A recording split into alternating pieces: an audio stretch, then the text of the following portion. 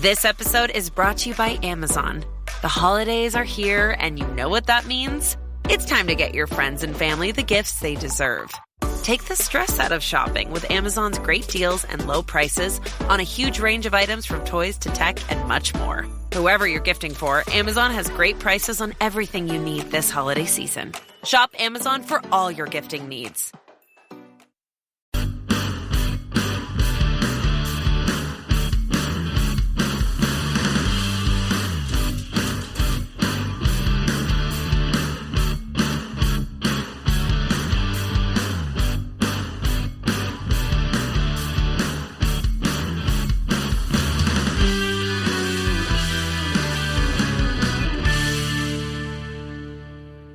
All right. Welcome back. It's Fit Nation.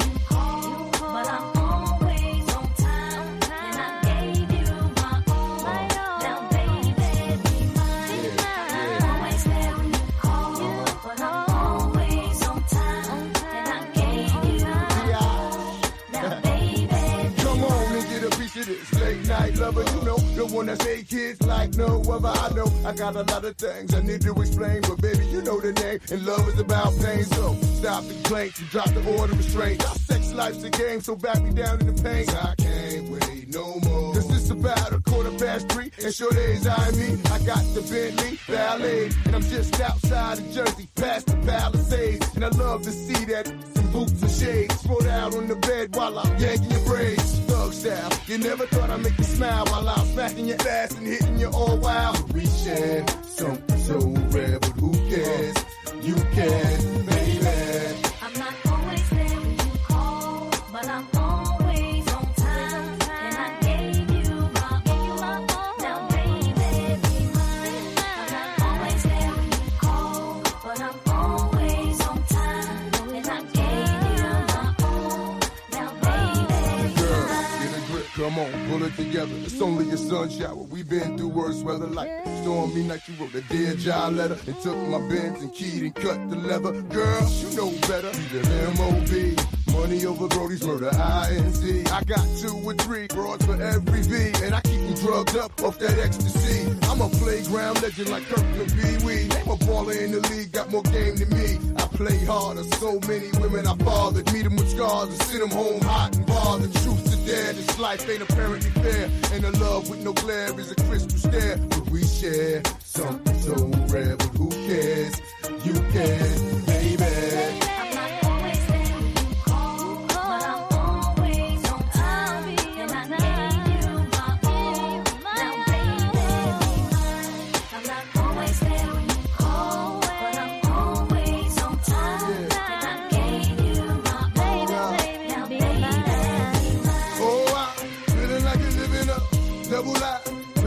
Coming home sometimes, baby, but you're always on time. Checking for one time, you and I got a special bond together. We go back like bombers, boat in the coldest weather. And when I play, you play the same way. You freak me, baby.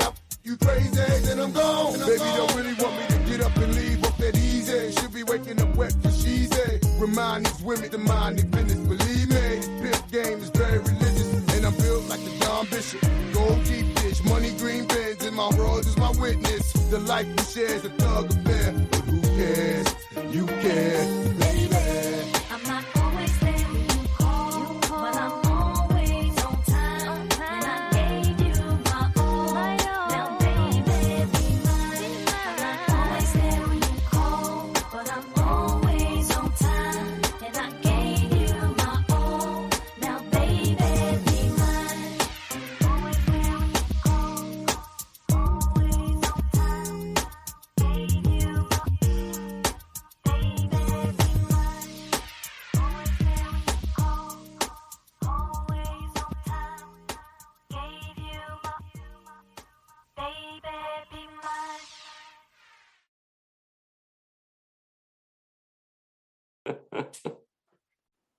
All right. Welcome back to the Misfit Nation. If you're feeling overwhelmed or floating towards the darkness, do not hesitate to phone a friend. If you're embarrassed that you are having a difficult time, call the Veteran Crisis Line at 1-800-273-8255 and press option 1. Again, that's 1-800-273-8255, option 1. As we've told you many times over the last year, do not make a permanent solution to a temporary problem. If you have not had the chance, check out our first book, 13-Step Guide to Success. It is available in paperback and Kindle editions through Amazon. If you're new, thanks for joining us. Be sure to subscribe to our show on your favorite podcast apps. And of course, subscribe to our YouTube channel, _Misfit Nation. So you'll stay up on all episodes as they release, while also having the opportunity of getting to hear the stories of our amazing guests. Speaking of which, our next guest is a Shochu and awamori expert, author, host, and diehard Tokyo Swallows fan, incorporating his infectious enthusiasm and knowledge of Japanese spirits in all his professional endeavors. He launched Honkaku Spirits in March of 2020 with the mission of bringing intensely artisanal Japanese spirits to discerning American consumers, especially koji-based spirits, including Shochu, awamori, and koji whiskey. So without further ado, let's welcome to the Misfit Nation, Chris Pellegrini. How are you, Chris? Good. How you doing, Rich? Thanks Awesome. for that very detailed introduction. I appreciate it. I try to get everyone as much information as possible so they're not out there wanting. I think you succeeded there. Thank you. Hopefully I said all the words correctly. I try to do it from memory and not destroy them too much. That was fantastic. Way better than some of the people that work for the same company I do. Oh, wow. All right. Outstanding. So, Chris, if you don't mind, tell us a little bit about your story from as far back as you want to go to how you wound up in Japan 2 decades ago now to what we're doing now. Great. I'll try and give you the slightly extended elevator. This is going to be a long elevator, but it's Okay. still the elevator summary. So Vermont, born and raised, and ended up as kind of the byproduct or the side effect of a U.S. history course in high school. Ended up illicitly brewing beer at home when I was a kid, and as you do, and it was a lot of fun. Learning how to home brew and learning how exciting it could really be to make something that people took a serious interest in. I suppose it's the same as becoming good at cooking, right? You make something that people sit down, they pay attention.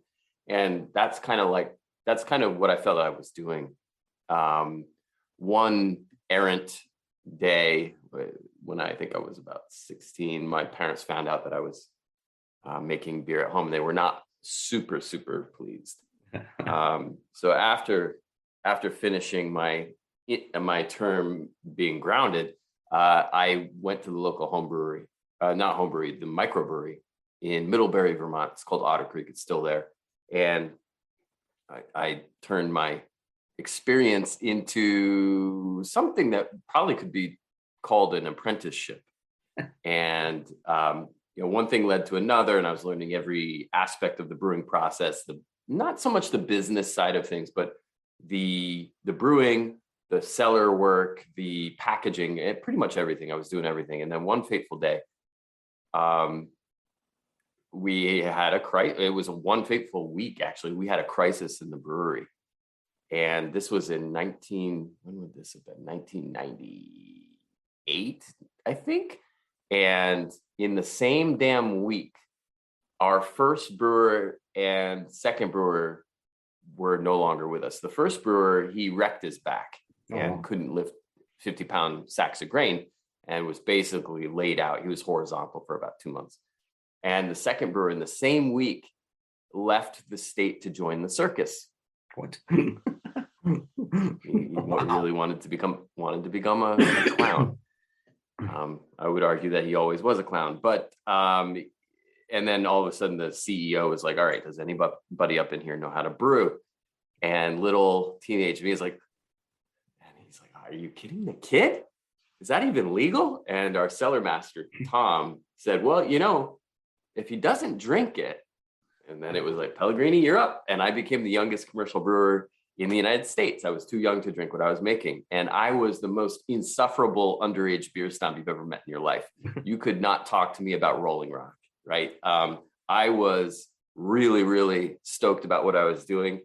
And, I was making stuff that people would line up for. And I was immensely proud of that. And I enjoyed the heck out of it. And that has stayed with me to this day. Fast forward a bit, I make it through college rather uneventfully. I live in Spain. I live in South Korea. I end up, boy meets girl, girl wants to come to Japan. I move here with her. And then I run into first sake, which is one of Japan's national drinks. It's made from rice. And a lot of people call it a rice wine. It's not, I don't know if you can really call it that. It's more like a beer than it is a wine, honestly, in terms of how it's made. And I started studying that. My impression of sake was pretty poor, given my time in the States. I mean, I used to drink, it was almost like if you lost a bet, you would drink it in the States, yeah. Which was what I remember it from the 90s. Yeah. And I came over here and it was just immense, and it was diverse, and it was amazing. It was so fragrant, and it didn't smell like dirty feet. We was like, wow, this isn't the sake I'm used to. And really got into it. And I appreciated the crafts work, and I really appreciated the small scale of most of the production. And then one day I was introduced to these crazy spirits. And first of all, Shochu, Shochu, and you pronounce it perfectly. And I was at a sake bar, and the guy was bored. The master, the bartender was bored. He's like, oh, let's mess with the semi-regular foreign guy. And he started pushing these spirits in front of me. And I was like, what is this? And the first one I tried was a barley shochu. And then the second one he pushed in front of me was a sweet potato shochu. Third was rice. Fourth, kokuto sugar. And then fifth was a buckwheat shochu. And every one of these spirits, despite being called shochu, was completely unique. And that just sent my radar all crazy. I was like, hold on, what is this? These are all the same drink? How is that possible? Okay, that it is apparently possible. The guy couldn't tell me anything about it because it was a sake bar and he was just messing with the foreign guy. I was fascinated. And so I asked where these drinks were made. Sake is made pretty much in northern Japan. Shochu and awamori, which is shochu's predecessor, actually, are made down south where it's in a more tropical climate. And that's where the spirits traditions of Japan were born. And so I flew down there, and that I began my education on these drinks about in early 2003. And there was no information about them. There was no Wikipedia had just been born. There was no shochu page. Are you kidding me? And I was just determined to figure them out on my own. And I spoke zero Japanese. My first Japanese expression, which many of you know, is arigatou gozaimasu, which means thank you very much. And then my second Japanese expression was awanashi de kudasai, which means no foam on my beer, damn it. Because they love to put that, they put it's like, are we in Germany? They put this gigantic half of the cup is foam. And I wasn't having it when I first moved here. So that was the second expression I learned. And I had a lot more learning to do. I mean, I think we can put it very simply that way. And it has been an unbelievable journey. It has been a journey that's gone from a hobby, just wanting to understand these drinks, to proselytizing for these drinks, to becoming a government designated ambassador for these spirits, to launching, companies and all sorts of quitting comfortable jobs and that sort of thing. So it's been a pretty wild experience. And as most of us who lived over in that region know, it's hard for an outsider to go in and become, like you said, an ambassador, or even launch your own company on their soil. How were you welcomed or unwelcomed in that scenario? I think I did it kind of the right way. And the way that it ended up going was I just wanted to be a friend and I wanted to support. And this was going back quite a ways. I mean, we are talking from 2003. So from 2003 until about 2000, I would say until the earthquake and the tsunami 2011, I was very, very earnestly just traveling down south, visiting distilleries, making connections, and doing whatever I could to support. I mean, sometimes when distilleries were shorthanded, I was sleeping on somebody's couch, and I was working in the distillery just to give them an extra couple of hands. It's something that I had done before. I mean, I've worked in a brewery before, making small batch craft beer, so it wasn't a huge leap for me. The process, the fermentation process for shochu and awamori is very, very different from making beer or making whiskey for that matter. But it was pretty easy to get into. And those years of just putting in the time, and then also I was hosting my own events just to try and spread the word about shochu and awamori, even in Japan, where I was trying to talk to other imports like myself. But actually what would always end up happening, and this is where the Japanese language ability became more and more important as I went, I would advertise these events in English, shochu 101, or, pairing awamori with food or whatever. And 75% of the guests would be Japanese folks. And they were like, well, I don't know where to go to learn about these drinks either, so I'm coming to you. I'm like, okay, well, this suddenly became a bilingual event. That wasn't what I planned. And it was years of doing that laid the groundwork and made a lot of what has come more recently easier, because I was coming from a place of trying to help, and I wasn't coming from an angle of trying to capitalize from the beginning. Making those connections, establishing those relationships became invaluable when it came to the point where, okay, now I'm coming to you not as a friend anymore. I'm coming to you as potentially a business partner. And how about we find an even bigger audience for these amazing drinks? And I think that comes down to learning the culture. Like you had the ability to learn the culture a little bit as you lived there for a little while, and do this and kind of become part of it as you were there. I mean, since you've been there a very long time now, probably half your life has been in Japan as opposed to being in Vermont. I've spent more time here than I have in Vermont. Yeah, see, crazy, isn't it? So you became one of them, like a brother to them over there, so that they accepted you as one of them. That's awesome. That's the best way to do it. Like you said, don't go in with the angle to try to capitalize on everything they're doing.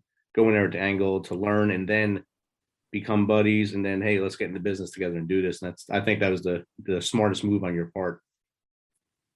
Completely unplanned. That was just how it worked out. Yeah, that's outstanding. If you want to just go more in depth, what is a shochu, so the lay person and listen to this back home here in the States is saying, oh, I want to, because most of our audience here likes to drink. Will their palate get wet thinking about this?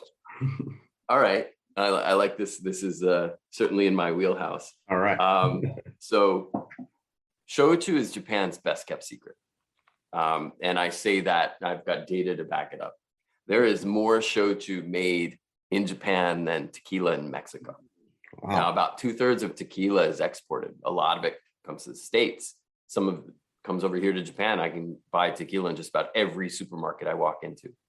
Less than 1%, far less than 1% of shochu and awamori is exported out of Japan.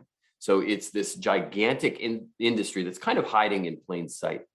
And it's been around for more than 5 centuries. This is not some trendy thing. It's not something that's cooked up by an ad agency. This is part and parcel with Japanese culinary culture. And it's made all across the country, every single prefecture, but it's primarily ensconced in the southwestern prefectures, starting from Okinawa, where I happen to be right now, going up through Kyushu Island, which is 7 prefectures. Now, in those 7 prefectures in Kyushu, you've got, it's unreal, the amount of distilling that's going on down there. Let me just talk about Kagoshima for a second, the most southerly of the prefectures in that island. Kagoshima is famous for sweet potato shochu. There are more distilleries per capita in Kagoshima prefecture than Scotland, Tennessee, and Kentucky combined. Wow. And you shake a stick, you'll hit 4 or 5 distilleries. It's unreal. The state, or the prefecture itself, is smaller geographically than Connecticut, but it has so much distilling going on. And in Japan, if you sum it all up, there's more shochu and awamori consumed here than sake. And this is something that just even Japanese folks who have lived here their entire lives, they don't believe me when I say that. And I have tax data to back it up. Shochu and awamori have outsold sake every year since 2003. Wow. So it's just this behemoth of a cultural entity. It's foundational to Japan's food and drink culture. And yet it just does not really sail. It hasn't really needed to find foreign markets until very recently. And it's coming. And I'll tell you where to get it soon. But before I get there, let me just talk about what makes these drinks special. So shochu, by definition, is a single pot distilled, which is weird, spirit made from approved ingredients and their koji, K-O-J-I, koji. Koji is super, super important. It's a microbe. It's a mold that is used to make everything in Japan, from miso, like miso soup, to soy sauce, to sake, to, of course, shochu, awamori, and then other koji fermented food and drinks, such as koji whiskey and gin, and also something, now they're experimenting with rum. And it's this strain of wild molds that they're everywhere. They live on plants. It's kind of like yeast. They're everywhere. And a few strains have been domesticated and used in production. And they basically take the place of malting, if you know about beer or you know about whiskey. And so shochu, I like to say, is probably the most diverse spirit in the world. It can be made, as I have said already, from sweet potatoes and rice and barley and kokuto sugar and what was the other one I said? I said buckwheat, didn't I? Soba. But that's 5. So that means that there are 48 other approved ingredients. There's 53 total. And they all taste like what they're made from because of the single pot distillation. When I say single pot, I'm not talking about in an Irish whiskey sense. I'm talking about you take the fermentation and you run it through a pot still only once, which most people, that's Greek. But if you understand how distillation works, if you paid attention in high school chemistry, you know that distilling a solution leads to a purer form of that solution. Now, if you're trying to make a vodka, that means you're using a column still to make something with crazy high alcohol, probably 96% ABV, and with very little character left over from the ingredients that were used to make it. With a pot still, you're going for the exact opposite. You're going for lower alcohol, higher character. So most shochu is distilled to between 37 and 44% alcohol, which is not particularly high. All whiskey, not all, most whiskey, all whiskey made in the States is at least 40. Shochu can be as low as you want to go. Often it comes off the still at 37, 38, 39 for a sweet potato, especially, which is not going to knock anybody's socks off necessarily, but the amount of character, the amount of aroma, the esters from the fermentation are so intact in that spirit that it punches way above its weight. And this is the story of shochu and awamori made across the country. These are spirits that are just like, what the heck is that? What is this made from? Oh yeah, well, you know what? That's made from water chestnuts. Or no, that's made from kelp. Or yeah, well, good, congratulations. You found a shochu made from milk. And it's just as wild and as wide as you can probably imagine. A shochu that is made from carrots is going to taste so different from a shochu that is made from silver vine. And silver vine is basically catnip on steroids. It's just the most fascinating, it's the deepest, most convoluted and windingest rabbit hole you've ever encountered in your life. And I am in the middle of my face first plunge through this thing. It's been the ride of a lifetime. I bet, and tasting all 53 flavors, I bet I'm sure you've hit a bunch of them. Those 5 that you mentioned probably your favorites. And I think the way you described it sounds like something like you sip on while you're eating it, something like you said earlier, you can pair with it, and also enjoying the company with, instead of just pounding shots like you would with vodka or a mixed drink with vodka. Exactly. Yeah, it's a sipping drink. It is a slow paced drink. It can be consumed a number of different ways. You can drink it neat, but most people here don't. Most people drink it over ice with a little bit of water for dilution, sometimes with hot water, especially when the temperature drops, when the mercury, basically escapes us. And it really is going to take over the cocktail world in the States very soon. We're seeing tons of, in fact, I think right now, it may still be cocktail week in New York, where they're just using shochu at cocktail bars all over the place. And it's really new to the cocktail world in the States. And I believe is going to take the entire industry by storm. There's just too many tools available to bartenders. They can win competitions with this stuff. Nobody's tasted a tomato shochu before. Nobody's tasted a shochu made from green tea. These are elements, these are shades and avenues that they can take in their mixology that are just going to blow people away, I think. Yeah, I mean, living in Korea, soju was the big thing there, and coming to the States and seeing soju in stores here, it's not the same as it is over there, but people still just pound it like it's just a regular party shot. And I don't see that happening with this. I think this is going to be one of those where you see guys or gals sitting around a fire, sipping on it while telling stories and stuff. So I think that'd be a good drink. Yeah. You made the soju connection. I think that's important, especially for the United States, because the US is a confusing marketplace for these drinks. The reason why is California. It's California's fault.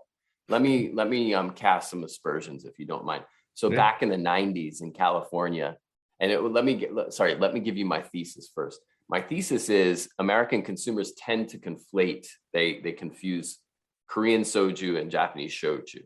And we both lived in Korea. We know that we know the difference. So I'll start out by saying I'm not intending any disrespect to Korea, Korean culture, or Korean products. I live there. I get it. I go back every year. Back in the 90s, the Korean diaspora lobbied the legislature in California state to be allowed to serve soju, which is a spirit, on a soft license in California. What that means is if you happen to have a restaurant and you don't have a full bar license, you're not serving tequila and you're not serving gin, but you're serving beer and wine. On a soft license, you could also serve soju in California state, so long as it clearly said SOJU on the label and it was bottled at 24% ABV or lower. That was a boon to Korean barbecue restaurants that just wanted to, you know exactly what I'm talking about. You're eating around a table with your friends, your family, the little green bottles come out and you're pouring those little glasses for each other, and it's communal, it's social, it's right. And the sweetness of the soju goes so well with the spiciness of Korean food. And I can only imagine that it felt very empty to be eating Korean food in California and not have soju at the table. But legally, you couldn't do that. It's different from Korea. It's different from Japan. You can't just serve a spirit in a regular restaurant, Right. So they fixed it. They got it. They lobbied the legislature and they made that exception, that amendment. And that was in the 90s. And some of the big players in the shochu markets, they saw an opportunity. And some of the makers over here were like, oh, this is an opportunity, isn't it? Here's a big chance. What if we just mislabel our products for the California market as soju? And we'll lower it. Standard here is 25% ABV for shochu. What if we just dilute 1% to 24%? Mislabel it for the Californian market, and then we can sell into all of these izakaya and sushi bars and places like that where shochu really belongs. And so they did that. And we're going on, geez, we're closely getting on 3 decades of this willful mislabeling. And these labels don't stay just in California. These are distributed all across the United States. So there is shochu and awamori that is mislabeled as soju just to get around this California exception. Wow. And it has created so much miseducation in the United States. I spend half of my time when I'm in the States on sales calls and educational escapades, explaining to people how what I'm trying to sell them is not soju. Because people, quite frankly, have memory. Maybe they don't have memories. They have a memory of a hangover that they do not want to repeat. Right. From an escapade with soju. And it's just it's a totally different animal. Soju is basically it's a vodka that is ultra diluted, and then it has sweeteners added to it. It has, it used to be stevia, or aspartame, sorbitol was another additive that they used to use. They sweeten it, and now you have all these fruity versions, which are super popular around the world. I mean, I've seen like grape soju and melon soju and a bunch of other ones. They're everywhere. The little green bottles they're all over the place now. Phenomenal sales network going on. And it's really just a totally different experience, a totally different intent. And unfortunately, it's a 100% own goal on the part of the shochu industry, just willfully mislabeling. I use the F word. It's fraudulent. I mean, now the only reason why it's not fraud yet is because soju and shochu are not recognized spirits categories by the TTB, which is the government entity that regulates labeling of spirits and tobacco. All alcohol and tobacco. But I hope at some point when they differentiate between the two, then a lot of these shochu makers will have to change their ways, because it's not cool. I hope so. And you said earlier, the shochu will come to the States, and you'll tell us where. You said New York, they're doing the cocktail week now. Where you envision your product coming in the next year or so, or years or so? Well, thank you. Thank you for putting the ball on the tee for me there. My company that is in the States is called Honkaku Spirits, as you said at the top of the show. And our goal is to bring in a lot of these really small batch spirits that they're basic. I'm not going to lie, these are my friends' products. I've been friends with these families for a while, and I want to see them succeed. We have a portfolio currently of 9 shochu and 1 whiskey. And if you go to our website, honkakuspirits.com, then you can use the find a retailer, and GPS will tell you exactly which retail shops and which bars and restaurants near you have it. Now, we are in Tennessee, and but we're only in Tennessee right now with our whiskey, which I don't think people in Tennessee will mind at all. So if you don't mind a little bit of a plug for the whiskey, I can tell a kind of cool story. The whiskey is inspired by probably, and I don't mean to, no disrespect to the amazing Japanese baseball players that are like Ohtani and Matsui before him and Ichiro, but the most consequential Japanese person to have ever lived in the United States was named Dr. Jokichi Takamine. And he lived in the States from the 1890s until his death before World War II. And the whiskey that we bring in, called Takamine, is inspired by his story. And I'll a quick run through of what that is. The guy's pretty much a genius. He gets sent to the World Cotton Expo in Louisiana in the 1880s. Boy meets girl, boy marries girl. They end up in Illinois because boy is a genius, and he's from a sake making family, and he gets the first biologic patent ever awarded in US history for the use of koji. I said that before. It's the mold. It's the Japanese mold used to make bourbon. I don't know how you patent that. You shouldn't be able to. I think the patent office thought that he had come up with this mold on his own or something, but he had the patent for it, and he sold it to the Illinois Whiskey Trust. This trust was the biggest whiskey maker to ever make. It was a monopoly to end all monopolies. They were making more than 75% of whiskey available in the United States. They had so many distilleries under their umbrella. It was a monopoly. And he convinced them that he could make whiskey faster, cheaper, and taste better. And they were listening. They set him up with a lab in the Manhattan Distillery in Peoria, Illinois. And he was successful. He was making whiskey with koji. This was a maltless whiskey. No malt. No malted barley, which is a whole industry by itself. Malting barley, there are maltsters. That's a business. That's a vocation. And he was going to skip that entire industry to bring whiskey to the masses using koji. They got written up in the paper, and a couple of weeks later, it wasn't anything like crazy, but whiskey's going to be cheaper. It's coming, whatever.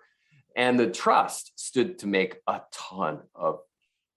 boatload of money off of this. I mean, there were estimates that it was going to shave 15% off the cost of producing their products. And if it was successful, you can imagine they were going to roll it out to every distillery in their network. And this is, more than 3/4 of whiskey made in the States at the time. 2 weeks after the newspaper article, guess what happens? Shut the them down. lab burns down under mysterious circumstances. And actually, the story is way, way more insidious than that. The maltsters apparently tried to kill him. He was about to put him out of business, essentially, or they were about to lose a substantial part of their business, anything that was not beer related. And it set him back by a few years. Anyways, fast forward, 4 years later, 1894, they're making and barreling koji whiskey.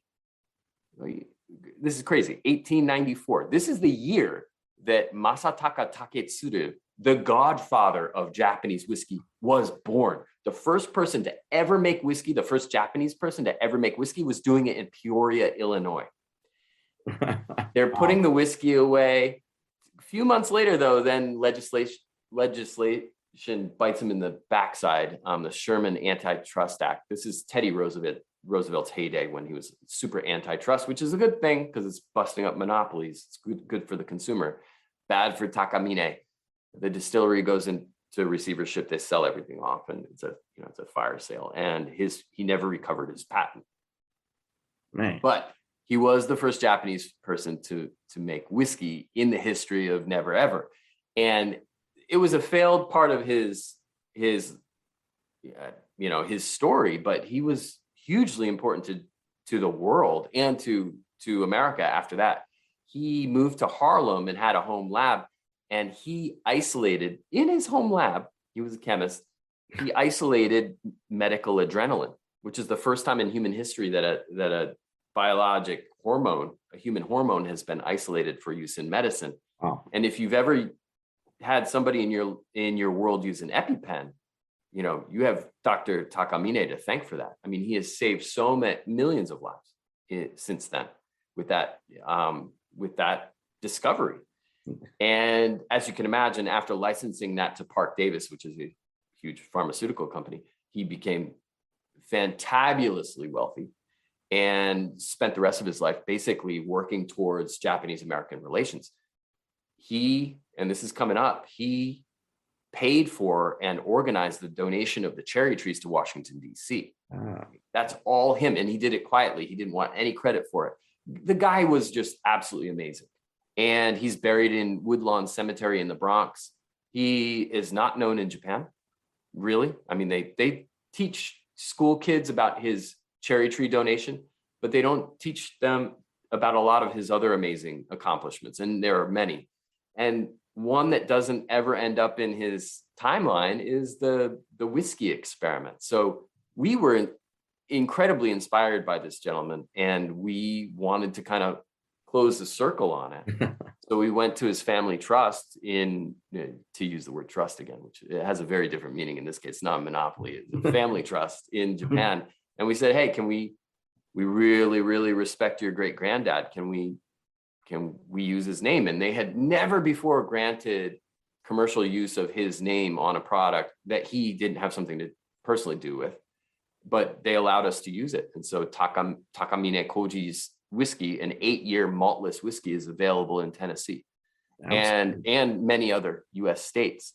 And I'm incredibly biased, but if you have a chance to try it, you will not be disappointed. It won double gold and best in category at the John Barleycorn Awards late last year. You know, it's the easiest thing to talk about and sell I've ever experienced in my life, because you just got to get it in a glass in front of somebody's nose, and they're like, "Oh, what is this?" And then good things happen after that.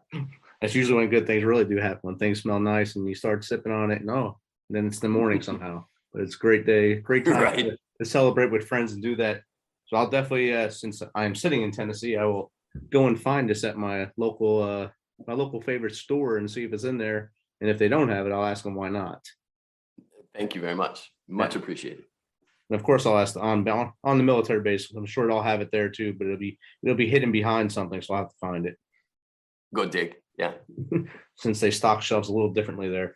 But well, Chris, any advice you want to give someone that's thinking about becoming a brewer, a distiller, or like you did, going overseas and doing it? Any advice you'd want to give them? I think the best advice, it's hard work. So I would say the first thing that you should do is go spend a couple of days working in a brewery or a distillery to see if it's really, up your alley. And if you don't mind the backbreaking work, if you don't mind the process of it, then it's super infectious, and it's a craft, and it's a beautiful thing. It's just like, I think it's like cooking. It's like working with wood. It's working with your hands, and there's something truly beautiful about that. And it's a trade that, for me, while I don't make drinks, I help. I don't actually, it's not my job anymore, but it is something that I have an immense amount of respect for. If that's your day in and day out, my hat's off to you, because it's a lot of work, and you have to really love it. And so if you're that type of person, dip your toes in, give it a shot. And just there's a reverence, there's a care that goes into it that I think is really, really beautiful. And if you're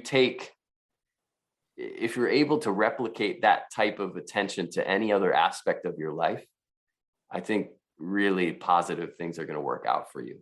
It's an attention to the smells and the sounds and the rhythm of these living and breathing products, that the same attention paid elsewhere is hugely beneficial, in my opinion.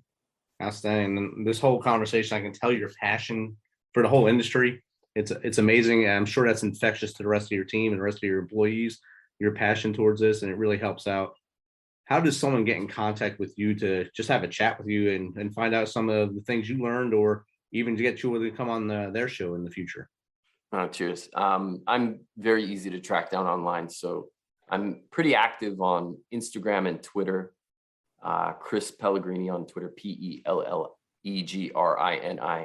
and then full Christopher Pellegrini on Instagram. Facebook as well. Actually, I do have a relatively active page on there. I think my name is switched, so I think it's Pellegrini Christopher. Okay. Sorry about that. A little bit went Japanese on that one. Very, very, I love to have conversations. I've got people who send me photos of bar menus, and they're like, you're probably not going to check this in the next 15 minutes, but if you can, would you mind telling me which of these shochu are worth my time? And if I'm up and I see it, I'm going to be like, oh, okay, yeah, the third one down, definitely get that one, or I'm going to ask you, like, what do you normally drink? Because that's an important question here. If you've never had shochu before, I think we need to figure out where you're coming from. I love those conversations. They're tons of fun. And then you get, occasionally you get people who are just like, well, this was just wild. I did not expect that. I am definitely coming back here. And I've made friends from those conversations. I've got folks from like 2008 who I've met up with in Vancouver and in Atlanta and in Paris, and just who are just like, I had no idea how fun this could be. And I'm like, hey, man, if I can just show you the light, just a little bit, I'll crack the door open. You gotta kick it open yourself, because there's not a lot of information out there about these products. But if you can just kind of wedge your way through there, I promise you, man, you're never gonna look back. This is just, it's so much fun. As I said, your passion is infectious, and this has been a great conversation. I've learned a lot, and I've wrote a lot of notes down here, and I'm definitely going to be going out and trying to find the whiskey tomorrow, hopefully close to me. I don't have to go all the way down to Nashville to find it. But thanks Cheers, again, Rich. I really appreciate it, man. Thanks you. again for taking your time to be on with us tonight. Cheers.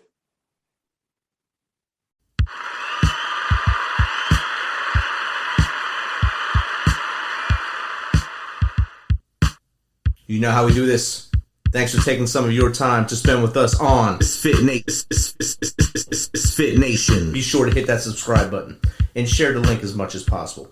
If you want to, please become a supporter to help us carry this thing on. We appreciate you. If you know someone that brings that energy, has a great story, is an up-and-comer in the industry of music, in the arts, have them reach out to us on themisfitnation.com. We will get back to them within one day and get them on here so they can share their story with the world. As always, till next time, be humble, stay hungry, and keep hustling, because we are Fit Nation.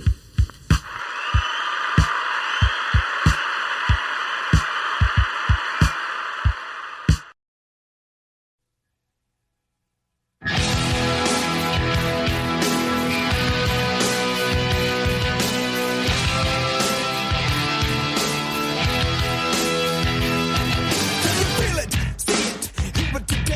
If you can't, then it doesn't matter anyway. You will never understand.